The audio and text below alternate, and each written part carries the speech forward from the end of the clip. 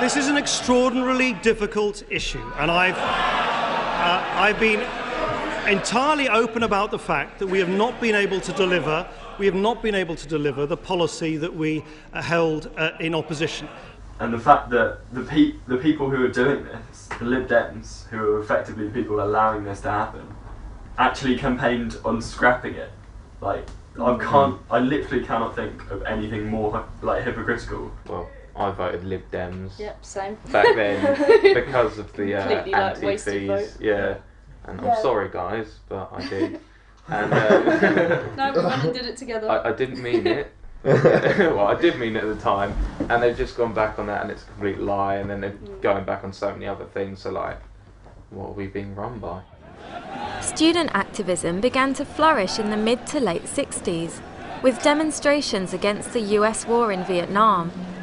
Protesters also championed an egalitarian, anti-racist and anti-colonial agenda. On the 22nd of March 1968, students took over an administration building at Paris University, Nanterre, and inspired a wave of similar protests across France.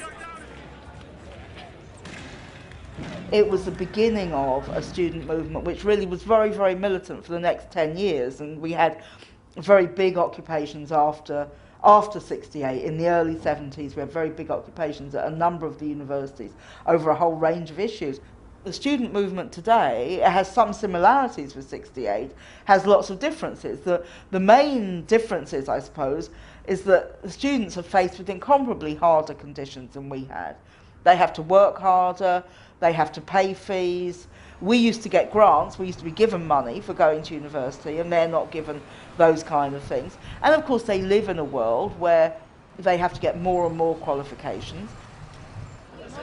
Many would question the logic of raising tuition fees in order to complicate the pursuit of higher education.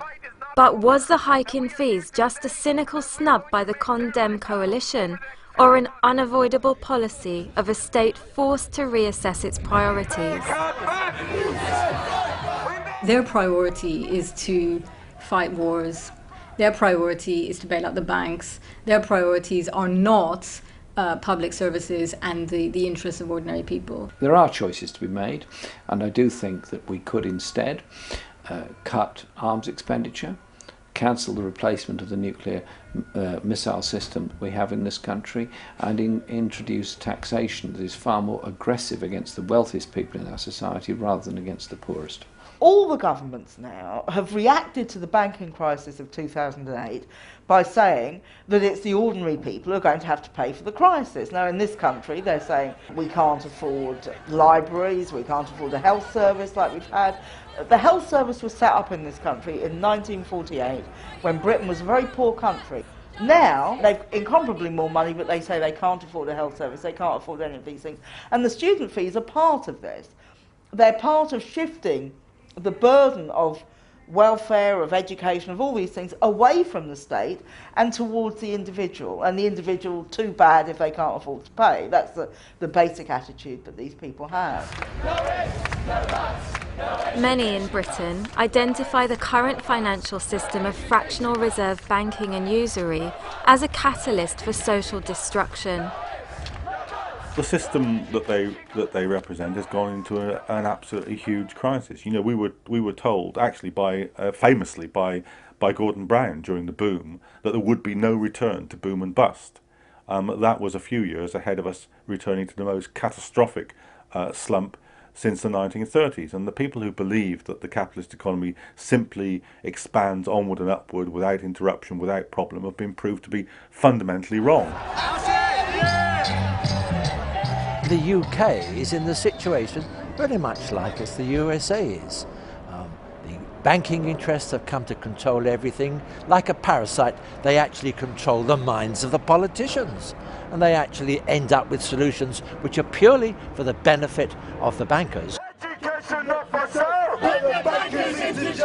We are in this mess because we loaned billions of pounds to the banks. Now, when you make a loan, you expect the people that you loan the money to pay it back. But what the government's policy is, it says, look, we've made this terrific loan to the banks, but somebody else who aren't the banks, i.e. the taxpayer, are going to have to pay it back. Now, the banks are returning to profit now, so the people that we loaned the money to should repay it, and therefore we could maintain the welfare state and not actually tax the people who are already heavily taxed. There's already another report out today showing that we have the largest gap now between the rich and the poor in this country that we've had since 1940, and if it goes on any longer, we'll have a bigger gap than we did under Queen Victoria.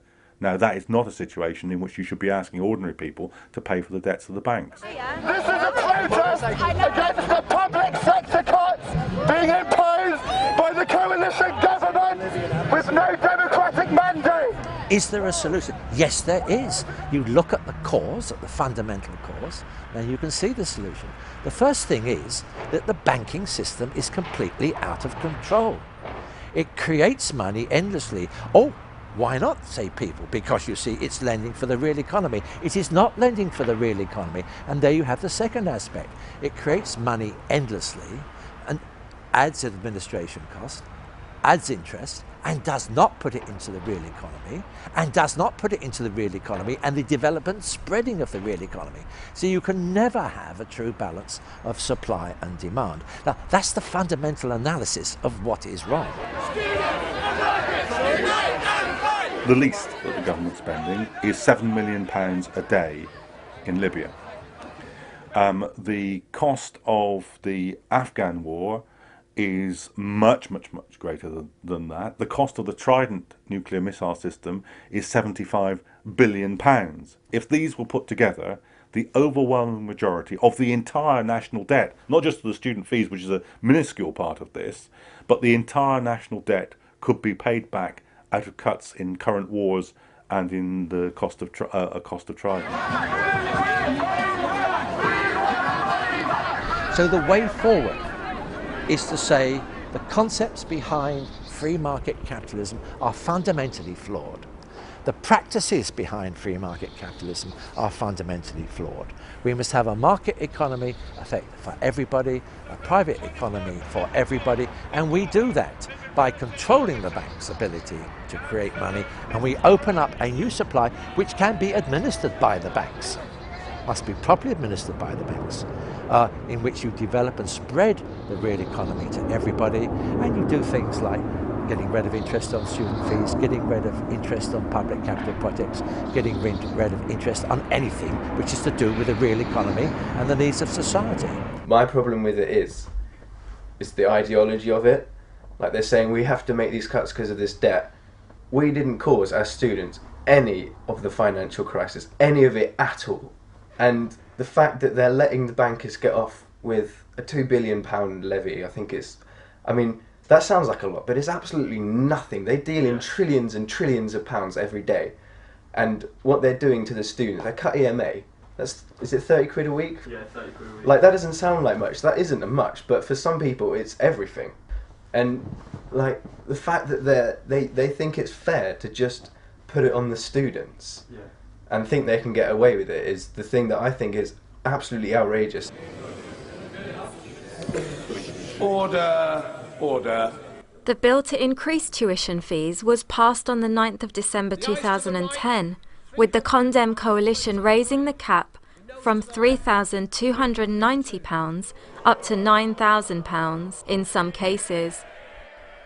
Students who hope to attend university in 2012 can now expect a rise in interest rates from 1.5% to 3%, plus inflation on their loans. Next move. Thank you. The question is as on the order paper. As many as are of that opinion say aye. Aye. Of the contrary, no. Division, clear the lobbies. Well, we already see some of the impacts. You will know, as I do, that during the student protests, the government said, look, £9,000, that's just the upper limit. Most colleges won't charge that. There's a range between 6,000 and 9,000. We now see that nearly every college is charging the upper limit. The quality of education will suffer, and access to education will suffer. I don't see how tripling fees to £9,000 a year, which was, remember, supposed to be the exception, and which has now become the norm. Most universities are now charging £9,000 because somehow there's this idea that if they don't charge £9,000, a degree at that university will somehow be less valuable. Having seen the bill steamrolled through Parliament and heard the voices of dissent silenced, some now claim that further resistance is futile. Others, however, believe that the fight goes on, irrespective of the setbacks they've endured so far. On March 26, 2011, just 3 months after the crackdown on student demonstrations, the Trades Union Congress organised a mass demonstration against government cuts in public spending. Well, I'm here protesting because these savage cuts are threatening to destroy our public sector and the services that we all hold so dear. You know, this is the foundation of our society. It's absolutely been destroyed, and I just feel everyone should stand up for that. I'm here because as a Year 9 student, I don't think it's right they should be cutting the education. My school's not got much money. Why are they making cuts in the education budget? They shouldn't be making any cuts in education, they should be making cuts somewhere else, somewhere where the money's not particularly needed. Without this mass demonstration, you know, it wouldn't have created the debate that it did. It wouldn't have actually, you know, made MPs and the general society aware of what was happening to education. We needed to have this mass protest. Well, I'm a student. I'm currently in Year 10. I'm doing my GCSEs, and I'm worried about my future and going to university. I want to make something of myself, but it's hard to with these cuts.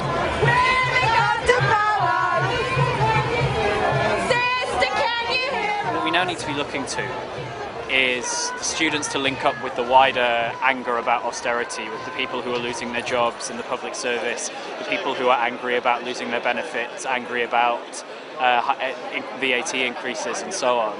And to have a revolt that isn't just students, actually, that's a mass popular revolt of working people.